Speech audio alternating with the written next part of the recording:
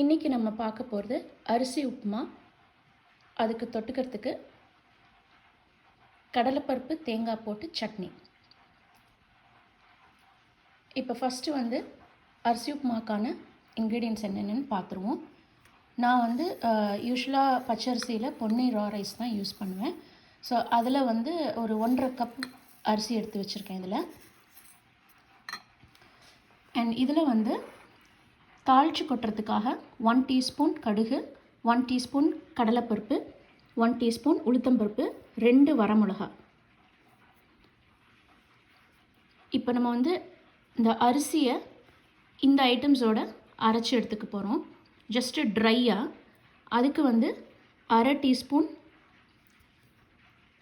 மிளகு, 1/2 டீஸ்பூன் ஜீரகம், 1 டீஸ்பூன் துவரம்பருப்பு, என்னோட ஹோம் க்ரோன் கறி லீவ்ஸ். இதுதான் நமக்கு வேணுங்கிற மொத்த இன்க்ரீடியன்ட்ஸ் ஃபார் அரிசி உப்புமா.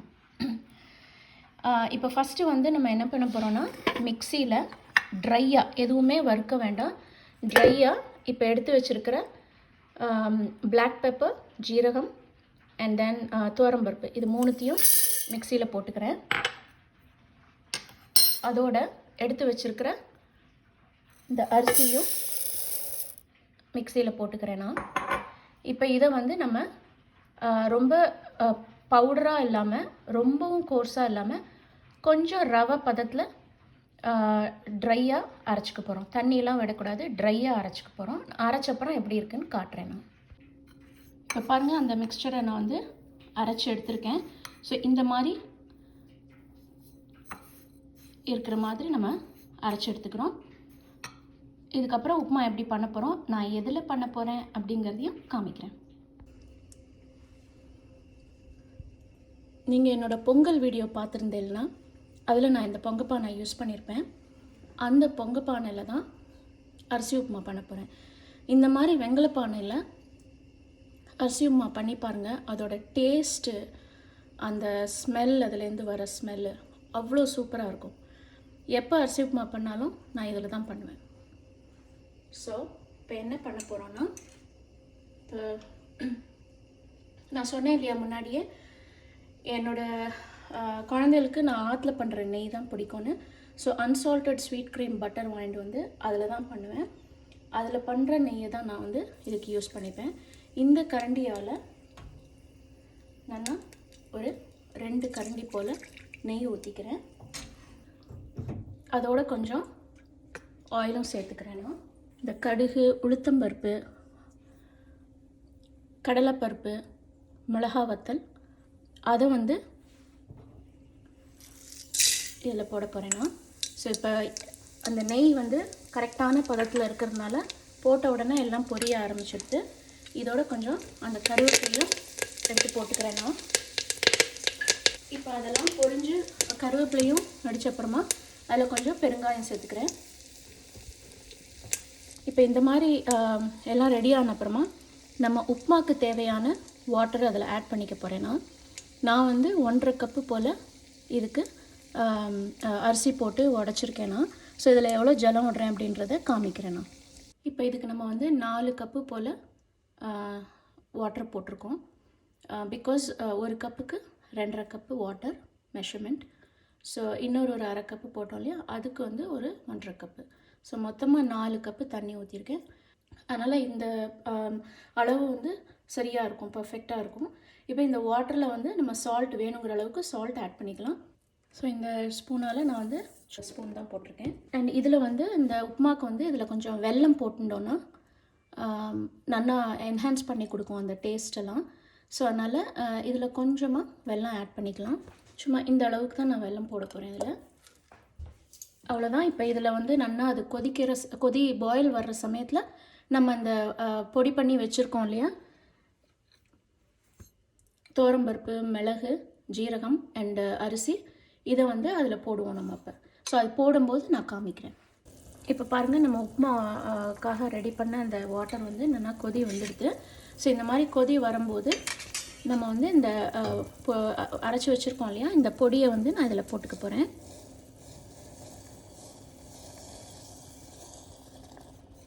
இது போட்ட உடனே நம்ம கலரிடணும். போடும்போதே கலரின்னு இருந்தால் பெட்டர்.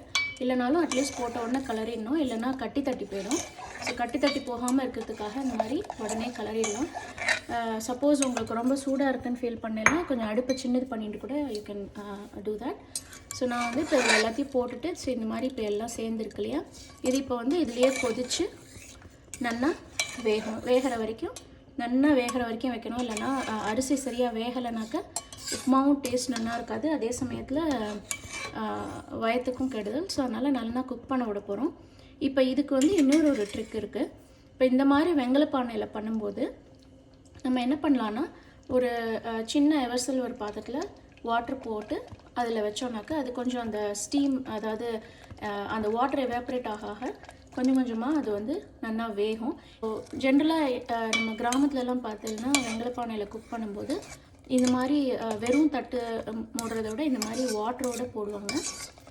ஸோ வச்சாக்க இது லைக் இதுலேருந்து அந்த வாட்டர் கொஞ்சம் அதுக்கு எவாப்ரேஷனுக்கு வந்து ஈஸியாக இருக்கும், அதுக்காக. ஸோ அது மாதிரி வச்சு வைக்க போகிறோம் நம்ம. இப்போ வந்து நம்ம உப்புமா எப்படி இருக்குன்னு பார்ப்போம். நான் வந்து என்னோடய ஹேண்ட் மிட்டன்ஸ் இதை யூஸ் பண்ண போகிறேன். ஏன்னா இந்த பாத்திரம் சுடும். ஸோ அதனால் இதை அப்படி பிடிச்சி எடுத்து இப்போ பாருங்கள், இதை கீழே வச்சுட்டு பாருங்கள் இந்த உப்புமா எவ்வளோ அழகாக ஃபுல்லாக சேர்ந்து அந்த வாட்டரெல்லாம் புரிஞ்சு எடுத்துடுது. அண்டு உப்புமாவும் வெந்துன்னு இருக்கு நல்லா.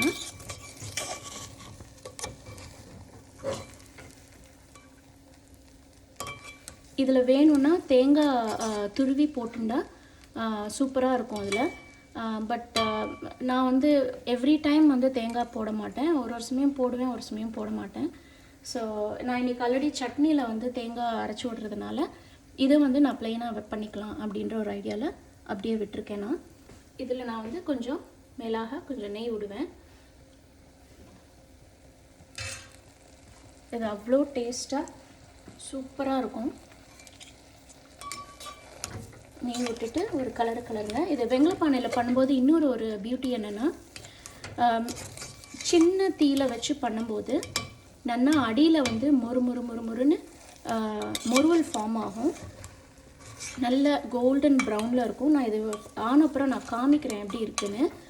அது அவ்வளோ டேஸ்ட்டாக கிறிஸ்பியாக ரொம்ப டேஸ்ட்டாக இருக்கும். அதுக்கு நீங்கள் தொட்டுக்க கூட ஒன்றும் வேண்டாம், அப்படியே சாப்பிட்லாம், அந்த மாதிரி இருக்கும். ஸோ இப்போ இது வந்து நல்லா கலரி விட்டு ஒரு ஸ்பூன் நெய் ஊற்றிருக்கோம் நம்ம. ஸோ இதில் நான் திருப்பி இதை மூடி வச்சு அது வந்து எத்து சொட்டுற மாதிரி தண்ணி எத்து சொட்டுற மாதிரி வச்சுருக்கேன்னா, ஸோ அது நல்லா இன்னும் கொஞ்சம் வேகட்டும் அப்படின்ட்டு.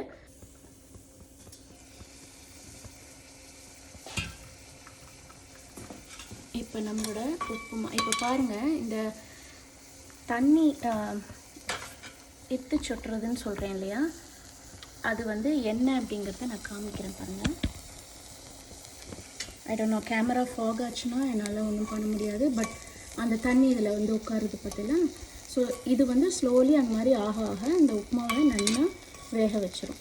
அண்டு இப்போ நம்ம உப்புமா நல்லா வெந்து ரெடியாக எடுத்து இதை நான் வந்து ஆஃப் பண்ணிட்டேன். இப்போ இந்த உப்புமாவில் அடியில் நமக்கு பொறுக்கு தட்டி எப்படி பொறுக்கு வந்திருக்கு அப்படிங்கிறதையும் நான் எடுத்துகிட்டு காமிக்கிறேன். இப்போ இந்த எலுமிச்சட்டியில் நான் வந்து கொஞ்சம் எண்ணெய் விட்டு இந்த கடலைப்பருப்பை 2 ஸ்பூன் கடலைப்பருப்பு வச்சுருந்தோம் இல்லையா, அதை வந்து வறுத்து எடுத்துக்க போகிறேன்.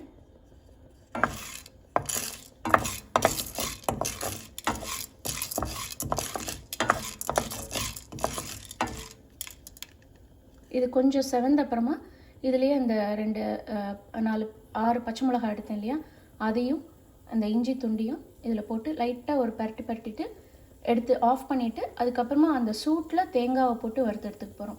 தேங்காய் ரொம்ப நேரம் வறுபடணும்னு அவசியம் இல்லை, பட் கொஞ்சம் அந்த பச்சை வாசனை போகிறதுக்காக லைட்டாக அதில் போட்டு வறுத்து எடுத்துக்க போகிறோம். ஸோ இப்போ பாருங்கள் பொரிய ஆரம்பிச்சிருக்கு.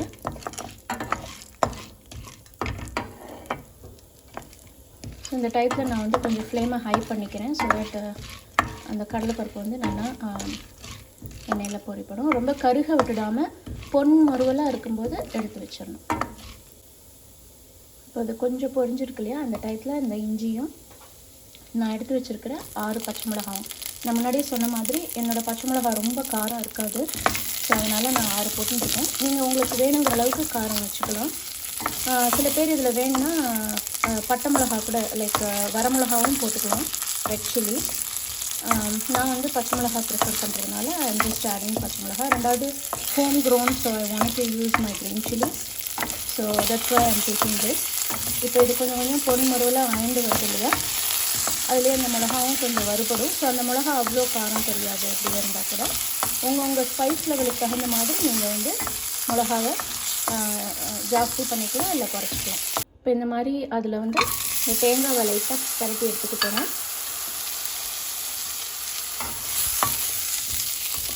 லைட்டாக பரட்டினா போதும், ரொம்ப கோல்டன் ப்ரௌனாலாம் ஆக வேண்டாம். ஏன்னா அப்போ தான் அந்த தேங்காயோட ஃப்ரெஷ்னஸ் அப்படியே இருக்கும் அந்த சட்னியில். இது வந்து சும்மா அந்த ஒரு பச்சை வாசனை ரொம்ப இல்லாமல் இருக்கிறதுக்காக லைட்டாக பரட்டிட்டு அப்படியே நம்ம அதை வந்து ஆஃப் பண்ணிட போகிறோம். கடலைப்பருப்பு, பச்சை மிளகா, இஞ்சி இது 3யும் வறுத்துட்டுருக்கோம். லைட்டாக அந்த சூட்டில் தேங்காவை பரட்டி எடுத்துருக்கோம். இப்போ இந்த இன்க்ரீடியன்ட்ஸ் எல்லாம் ப்ளஸ் இந்த புளி கொஞ்சமாக ஊற போட்டிருந்தால இது, ப்ளஸ் இதுக்கு தேவையான சால்ட் இதெல்லாம் போட்டு ஒரு சுற்றி நல்லா அது கொஞ்சம் மசிஞ்சப்புறமா தண்ணி ஊற்றி அரைச்சி எடுத்துக்க போகிறேன். அரைச்சி எடுத்தப்புறம் எப்படி இருக்குது, அந்த கன்சிஸ்டன்சி எப்படி இருக்குதுன்னு காமிக்கிறேன். அதுக்கப்புறமா நம்ம வந்து கடுகு, உளுத்தம்பருப்பு, கருவேப்பிலை இது 3யும் தாளித்து அந்த சட்னியில் போட்டோம்னா சட்னி இஸ் ரெடி. இப்போ நம்ம போட்டு கடுகு வெடித்து உளுத்தம்பருப்பும் சிவக்க ஆரம்பிக்க போகிறது. ஸோ இந்த டயத்தில் நான் வந்து கொஞ்சம் லைட்டாக பெருங்காயமும் போட்டுக்கிறேன். இப்போ இது எப்படி உள்ளே போகிறதுன்னு மட்டும் பாருங்கள்.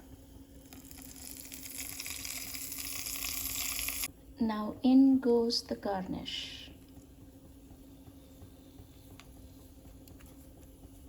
எப்படி நம்ம சட்னி சூப்பராக இருக்கா? அரிசி உப்புமாக்கும் இந்த சட்னிக்கும் சூப்பர் காம்பினேஷன். ட்ரை பண்ணி பார்த்துட்டு எப்படி இருக்குன்னு உங்களோட கமெண்ட்ஸை டெஃபினட்டாக நீங்கள் போஸ்ட் பண்ணுங்கள். Upma is almost ready. அதையும் நான் எடுத்து தட்டில் போட்டு உங்களுக்கு சர்வ் பண்ண அப்புறம் எப்படி இருக்குன்னு காமிக்கிறேன் நான்.